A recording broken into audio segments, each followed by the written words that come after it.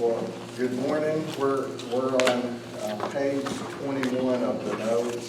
Yeah, I've got a bunch of pages of notes that went to last week, and that was an auditorium, and we did slides, but those pages are there. And we talked about evolution last week. We're going to come back to some details on that probably in a week or a couple weeks and answer additional questions about evolution. But this week we want to talk some about the dinosaurs, because when you think about it, kids, youngsters are enamored with dinosaurs. Most kids just can't get enough of this. 10-year-old boy or girl, they know dinosaurs, they know names of them, they have little plastic ones, they're into it.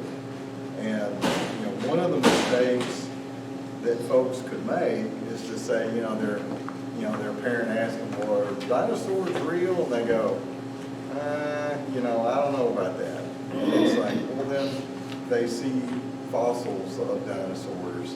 And so I think that is a huge mistake. But we know that school and society teaches about dinosaurs, and it's a great teaching tool for them when it comes to evolution. Okay, they use it, they wear it out. These dinosaurs are millions of years old, and they evolved through all of this time. They, 200 million years ago, and then they became extinct about 65 to 70 million years ago, and then man came along about 2 to 3 million years ago. So that's the story that they have, is that man was many millions of years after you had these different dinosaurs. And of course they've been finding dinosaurs 1800s. They found dinosaurs, and the word dinosaurs come from two Greek words, Dinos and Sauros, translated by him as fearfully great lizards. And now they call them terribly great lizards, because they don't want people to be fearful of dinosaurs. They want kids to love their dinosaurs.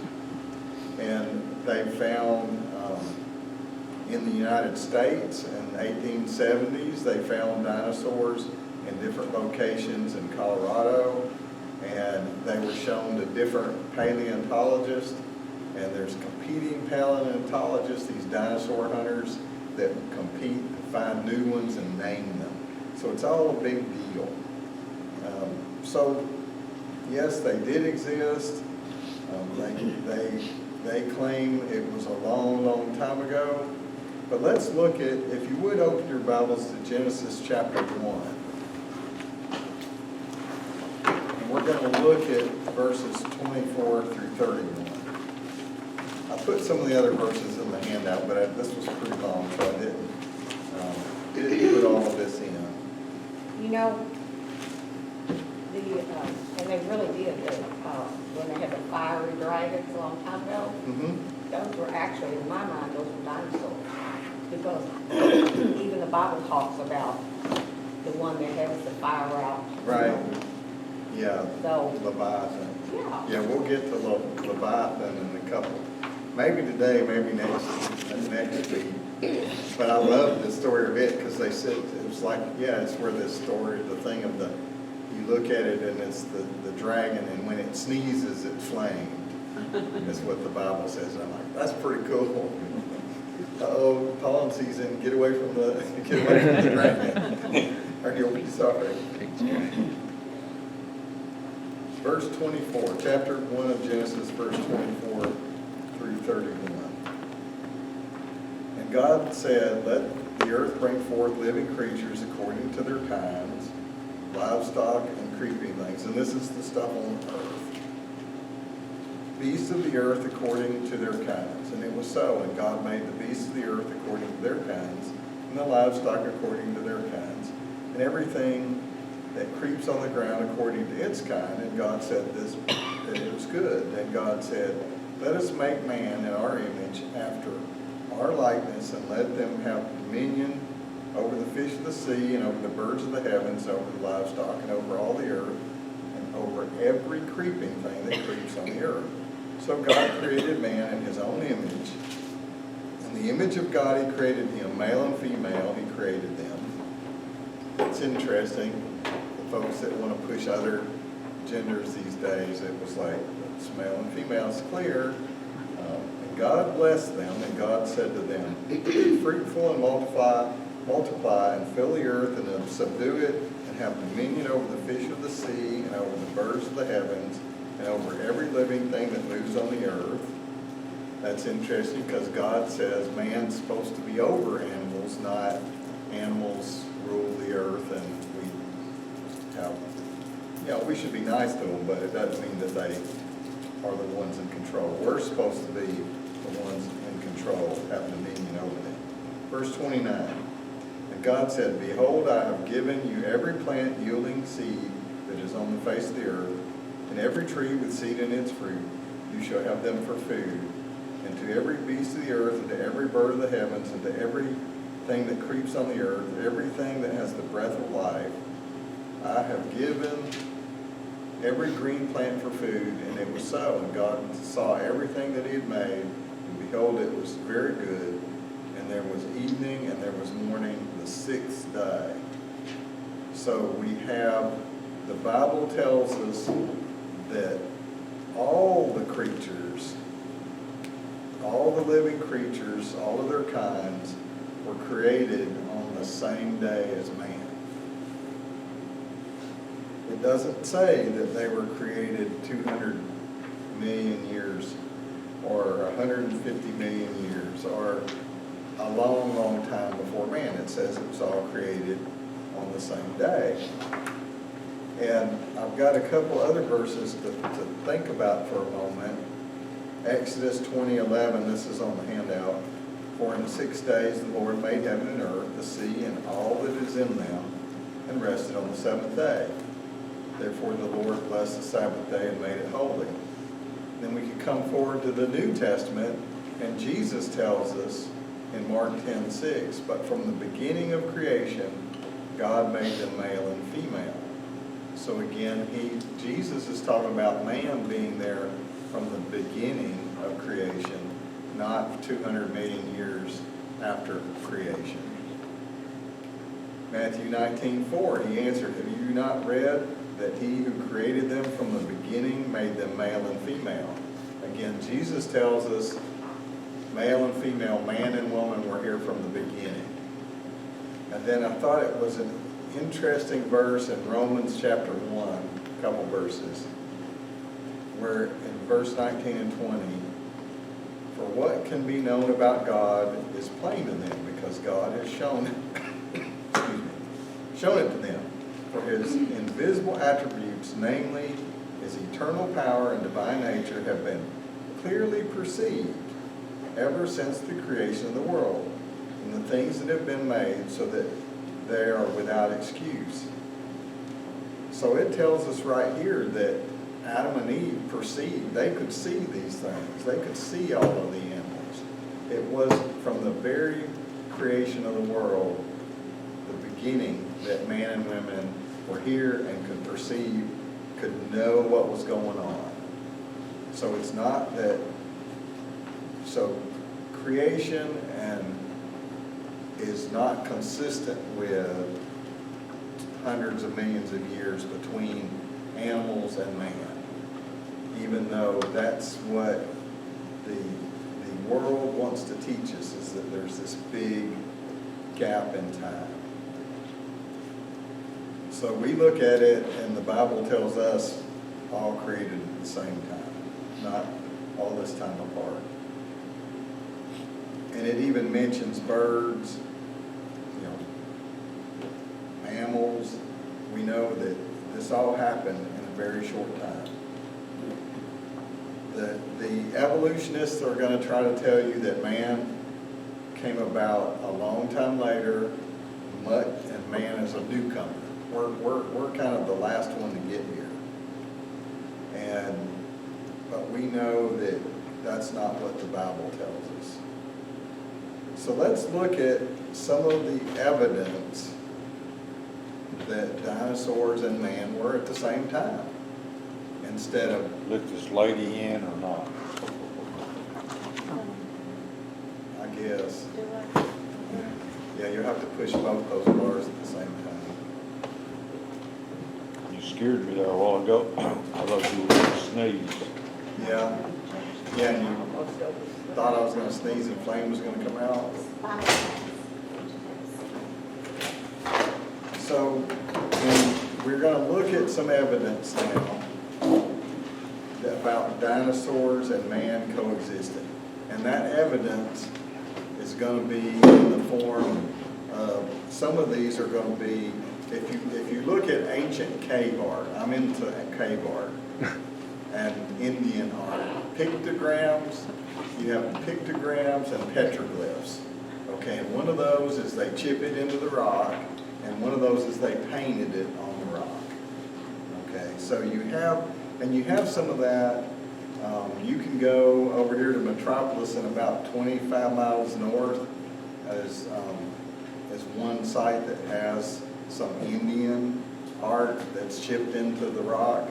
And then there's some really nice pictographs over towards the Mississippi River, a little bit up in Illinois, Johnson County, I believe.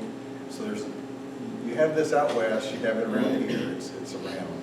In fact, there was at one point a dragon art on the bluff of the Mississippi River, big giant dragon that was up there, and like in the 1800s, they chipped it off because it scared people.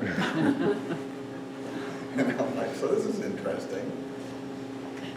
Do they have any of that at the mounds at Wycliffe? Is it anything related there? I don't believe there's any there. Over here near Marion, Kentucky, if you go, it's not right in Marion, it's kind of northwest of there near the river. There's some cave art. So again, it's around, but I don't think there's any at Wycliffe. I don't think there's any at those Indian mounds right over in Brookport. And part of this is, even in the last, I don't know, 15 years, the petroglyphs up here north of Metropolis have really eroded from the weather. So they used to be a lot, from the time we lived here, they were real clear, and now the last time I went, they're like, if they didn't have the thing there showing you what you were looking at, you wouldn't, it just looks like a rough rock surface. Because it's on top of the rock and the weather sits on it, the rain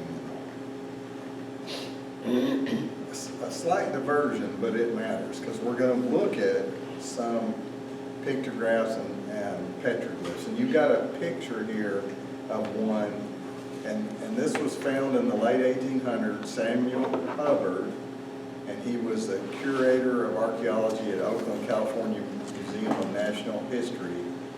He was excavating Indian dwellings in Havasupai Canyon in Arizona. So you've got Indian dwellings, some of these that are in the cliffs and stuff, and they were working on those, excavating those, and he saw these drawings there, and he found drawings of an elephant, an ibex, a dinosaur, and other animals.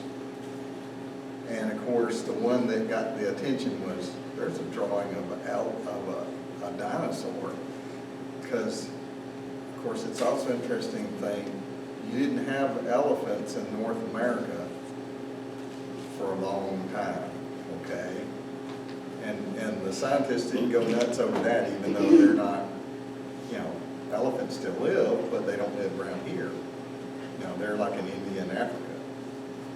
So he suggested that the huge reptile was depicted, and the way it was shown, and you see the picture of it with it standing up, was that you could, granted, the artist could have said, I'm just going to go in this cave today and I'm going to draw pictures of weird stuff.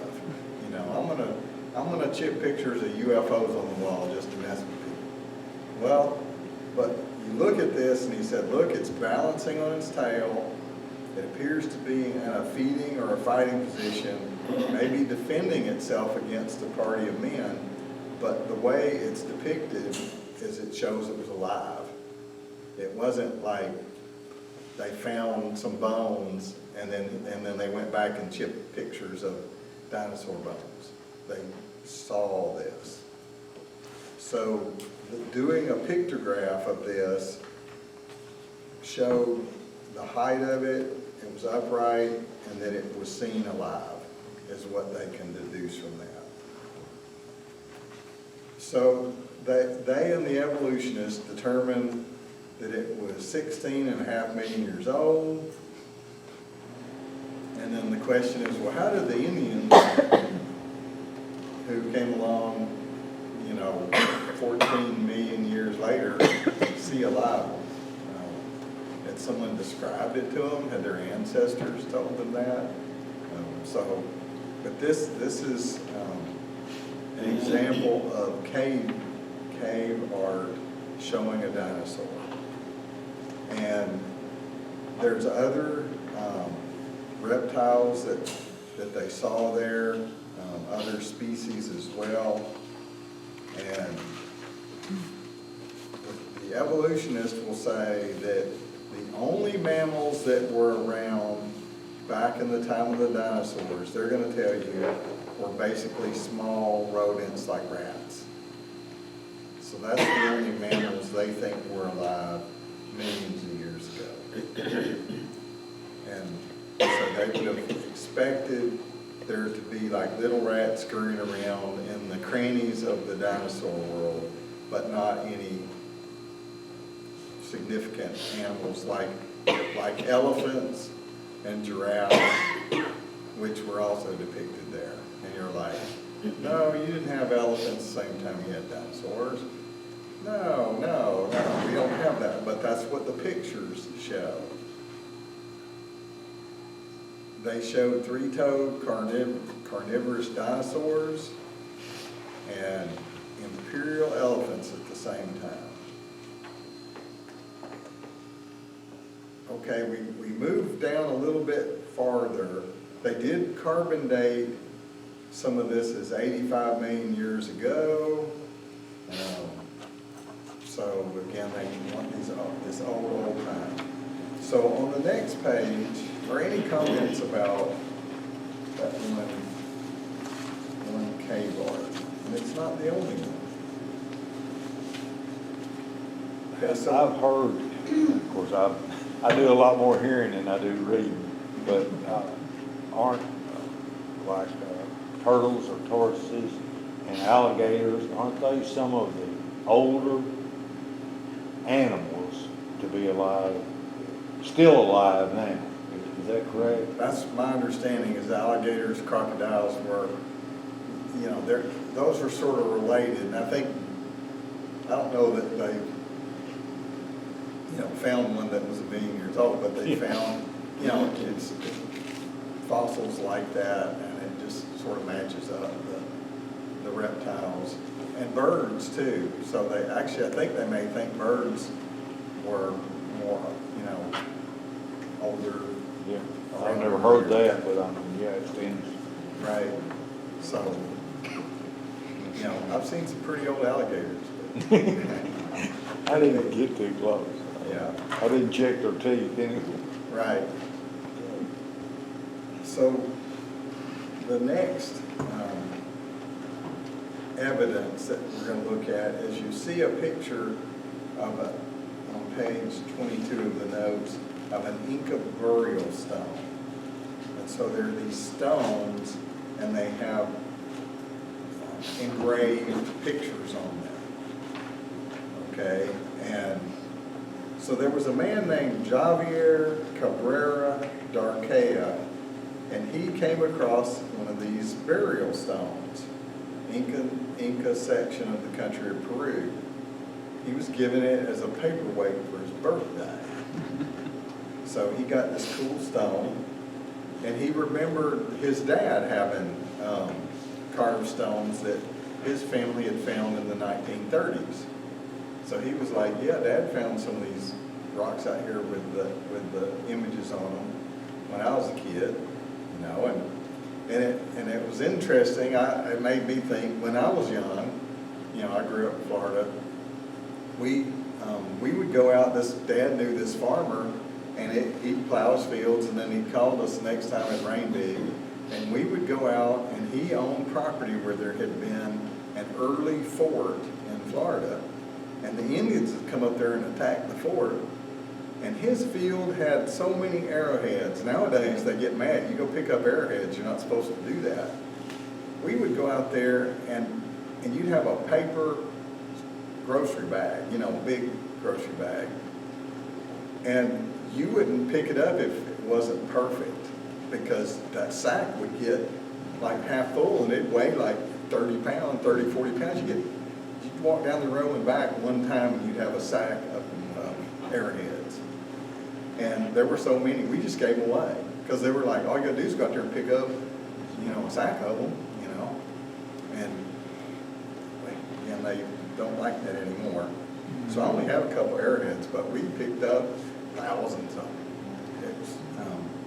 So when I read about his dad finding one in a field, I was like, yeah, I can get into that. We used to find stuff. So this doctor collected these, and I could see that. He collected over 11,000 of them, and they turned out the rocks were burial stones from the Inca Indians, and they placed them with their dead. About a third of the stones have different pictures of dinosaurs on them. So he's got 11,000 of these, and about a third of them have Triceratops, which is, I think, you know, you've seen pictures of the one with the horns and the big, you know, sort of side shields on its head, and Stegosaurus and Pterosaurus. I don't know what that one looks like. But about a third of his stones have dinosaurs on them, and these are dated from the Inca culture of 500 to 1500 AD. So this is not, you know, millions of years ago. This was 5 to 1500 AD. And the Indians had carved these on these stones, had to know, you know, what it looked like. How big were these? Were they like, you know, they could like fit in your I think hand? they're just, you know, like big egg sized. So I don't, I'm not sure for sure, but I think, you know, he used it as a paperweight, so it wouldn't have been, you know, he wouldn't have a 40-pound paperweight. Unless he's a strong guy in his room. That's obvious, you know. Big papers. Big papers, yeah. So they come along in the 1570s, so to validate, were these something that a tourist, you know, someone decided, I'm going to make these and throw them out there, and these tourists are going to find them, okay? Because people do, you know, last week we talked about the hoaxes of all of the missing links at the end.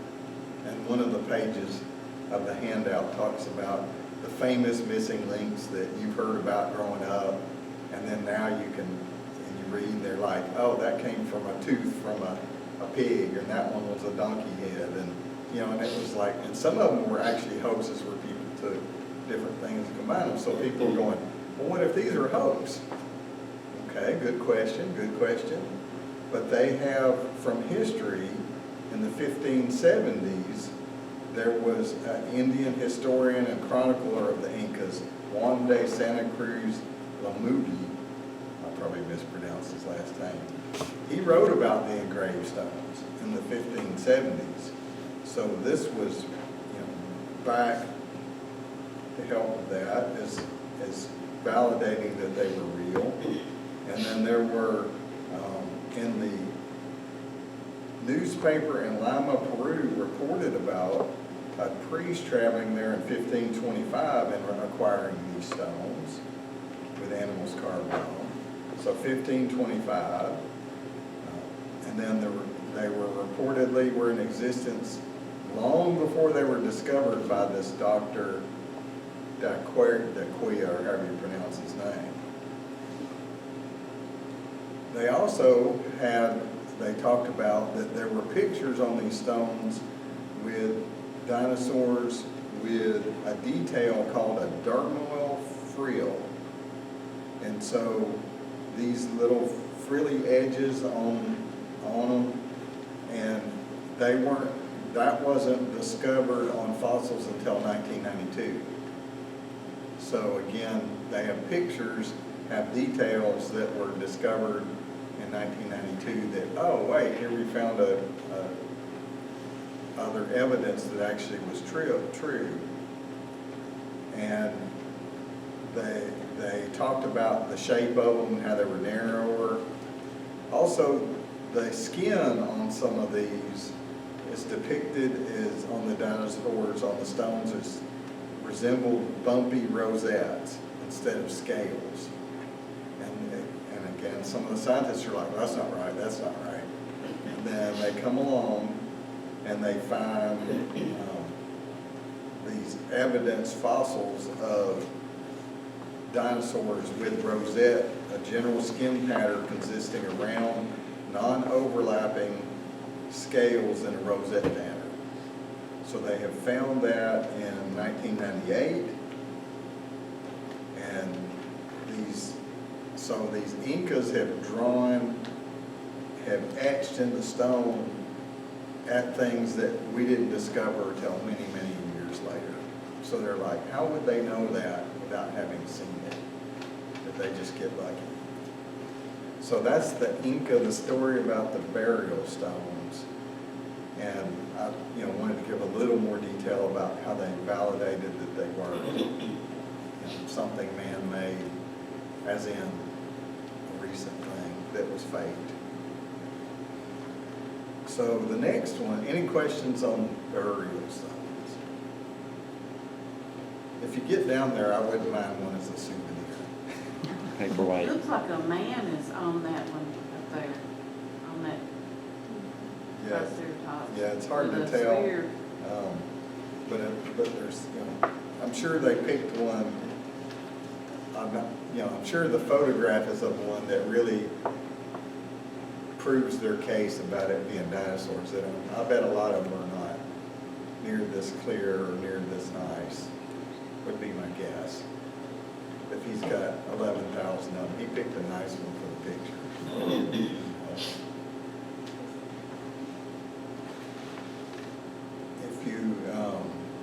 If you're into this kind of thing, if you go to Marion, there is a mineral museum, Bob Clement Mineral Museum in Marion, Kentucky.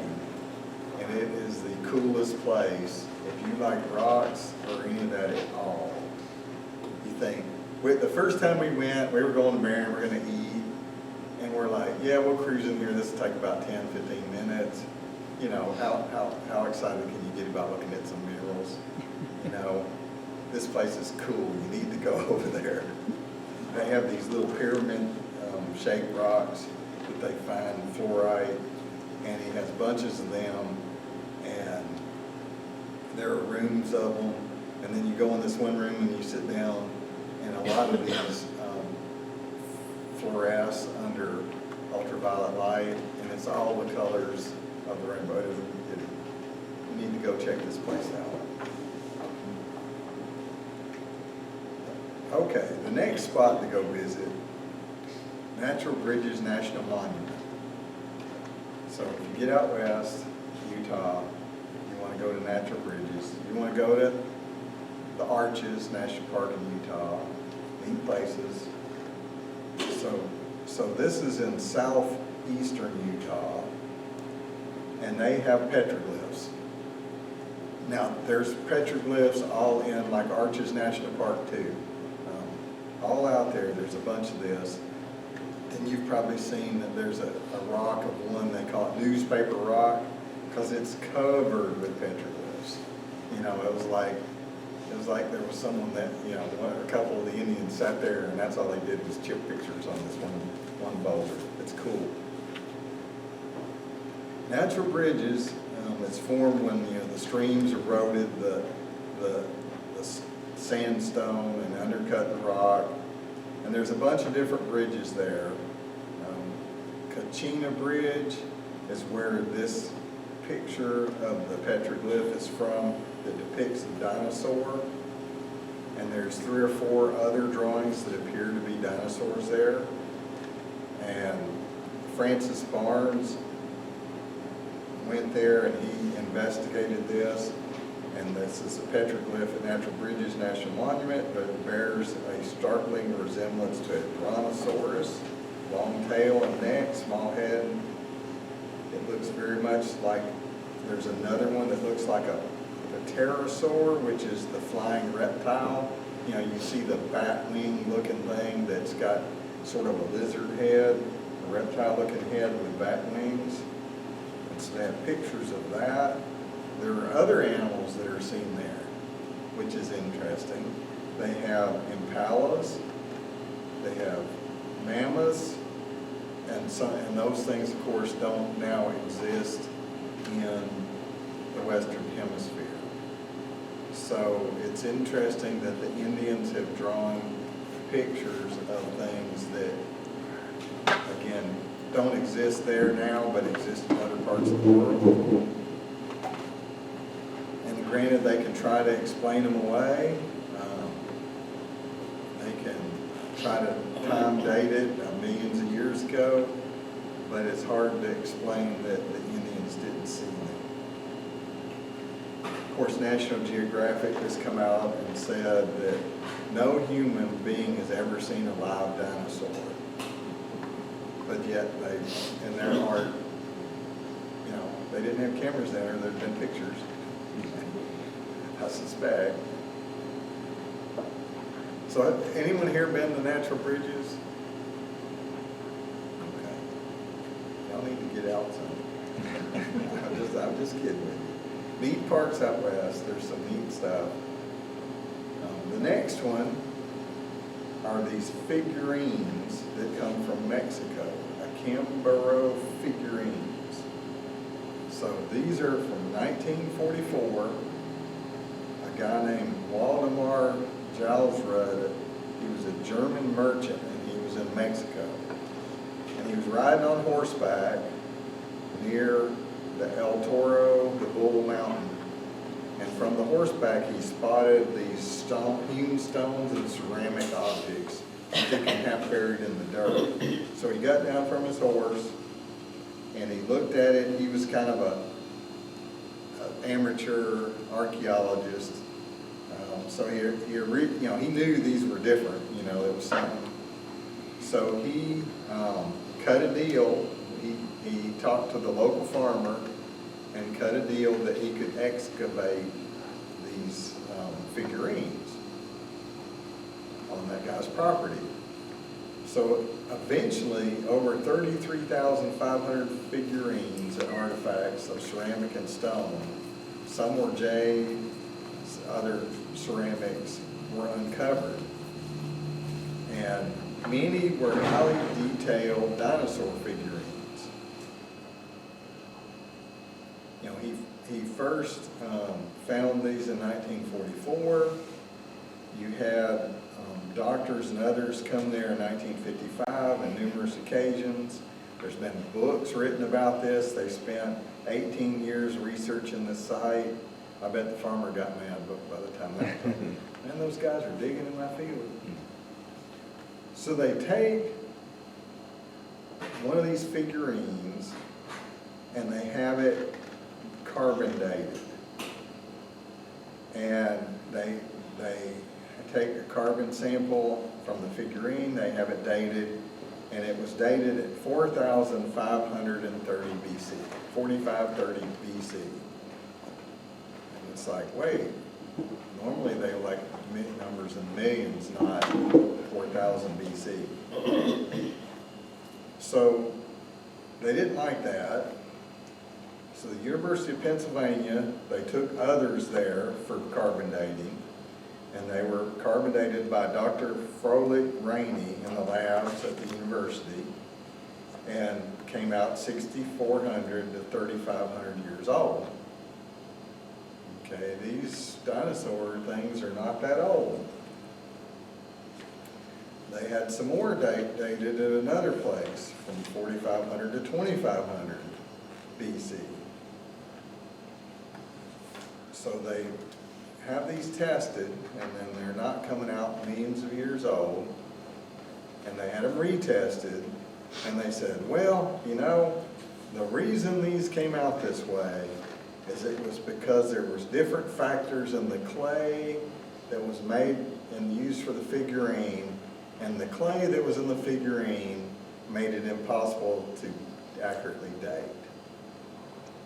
Okay? So they're like, yeah, but then they dated using a different process. Thermoluminescence testing was done, and it resulted at, so a different method tested these and came up with 3975 B before present era, plus or minus 55 years. So a different method getting kind of the same answers. And they found other artifacts there, teeth, skeleton of a woolly mammoth. Again, they're struggling with the dating of these. And it's also interesting, before we move on from this, that there was, again, folks talk about that, well, these are a hoax, you know. We had some Mexicans, we paid them to go out there and build dinosaur, you know, before we could have plastic ones, let's make ceramic ones for our kids to play with. And that's, you know, maybe that's what this is. But they also determined that there was a figurine of an iguanodon dinosaur that they had found. And they found it in the 1940s, 1950s, and they didn't discover a fossilized iguanodon until 1978. So there was nothing to forge or make a hoax from. They found the figurine in the 40s, early 50s, and then it was 1978, 1979, when they found a skeleton of an adult iguanodon with nest and with babies was found. I have a question. Sure. Who did they think made these ceramics and human didn't make them? Well, obviously it was the Mexicans made those, but. But I mean, Yeah, that makes no sense. right. Again, the evolutionists want you to think that man was around millions of years after the dinosaurs. This doesn't fit the timeline to have humans, and it's, you know, they make movies about, you've had some recent movies about, you know, the dinosaurs, and the people go to the island and they're scared of them and they're running around and shooting at them and all that kind of thing. Because they're, you know, we could be afraid of dinosaurs, they could eat us. That figure up there, the egg-shaped stone, has a man on it. So that's a man with dinosaurs. Yeah, it appears to have a man. Well, you'd think there's crazy people back then too, they'd have rode them. You know? Well, we ride elephants today, Right. in India. I mean, we ride cars because it's more convenient than riding a horse, but you didn't have to go that long ago when people were going to ride it if they didn't want to walk. It's about how that works out. Laziness is the mother of invention. That's right. That's right. While we're on the topic of carbon dating, in 1990, they took samples of dinosaur bones and they submitted them to the University of Arizona Department of Geosciences lab for isotope geochemistry. And the bones were from an Allosaurus and some other one that I can't pronounce. And they were sent in, and they didn't tell them what it was. Because, you know, if you tell them, they're going to be like, yeah, And so they tested it with carbon-14 dating, and they came out to be 16,000 to 24,000 years old, not millions of years old. And so, and they have a copy of the letter where they got back from the lab saying how old it was. So you have these methods, but a lot of the method comes from, oh, well, we found this, where'd you find it? And all the other stuff we've tested from that site, we said was this old. And so that has to, okay, so it probably matches up, right? And that was done in 1990. So this isn't like old technology or whatever, a reputable lab, but a blind test, so to speak. There's also been found, and this was in Russia, page 23, as we hit page 23, human footprints with dinosaur tracks. And I didn't have a picture of it. 1983, researchers reported in Science and Engineering News section of the Moscow News, they discovered a human footprint in a 150 million year old Jurassic rock next to a giant three-toed dinosaur footprint. So they found human footprint, you know, impressed in what, you know, it had to have been sand or whatever, sand or clay, and then it turned into stone over 150 million years. But it also had a three-toed dinosaur footprint. And that was reported in 1983. The report has had little attention because the evolutionists don't much care for that. Okay, so I know we've had one bell, but we could probably get in the next one. Flying reptiles. Now, flying reptiles aren't really dinosaurs, because apparently to be really a dinosaur, you have to crawl around on the earth. So birds aren't in the same group as dinosaurs. But y'all have seen pictures of, you know, the pteranodon, which looks like bat wings. It's got sort of long pointy head and little claws on them. It looks sort of like a giant bat. So at Big Bend National Park in Texas, this is the Rio Grande River, kind of on the Mexican border, national park there. They found, in 1972, they dug up one of these that had a wingspan of 48 feet, which is giant.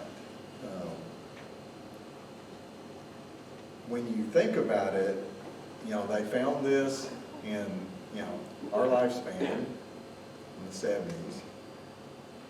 You've had, historically, you've had Herodotus wrote a couple thousand years ago. He knew about flying reptiles, creatures that weren't birds or mammals or insects, but reptiles with wings. Josephus, and we've talked about Josephus in class last quarter when we were working through Joshua, quarter before that. Josephus wrote 2,000 years ago about Moses and his army having a difficult time passing through a region that had flying serpents. And what he wrote was, when the ground was difficult to pass over because of the multitude of serpents which it produces in vast numbers, some of which ascend out of the ground unseen and also fly in the air and do come upon men unawares and do them a mischief. Moses made baskets like unto arks of sedge and filled them with ibis, which is birds, and carried them along with them. Which animal is the greatest enemy to serpents imaginable? For they fly from them when they come near them, and as they fly they are caught and devoured by them. So apparently Moses at one point was struggling with an area where there were these flying sort of dinosaur reptiles, and they had to come up with a method to deal with that. That was interesting thing. But this is subject. Next week, we're going to talk about dinosaurs and the Bible.